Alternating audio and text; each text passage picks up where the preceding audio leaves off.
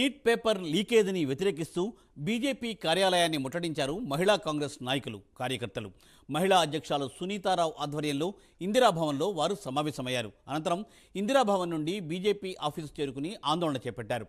ప్రధాని మోదీకి వ్యతిరేకంగా నినాదాలు చేశారు.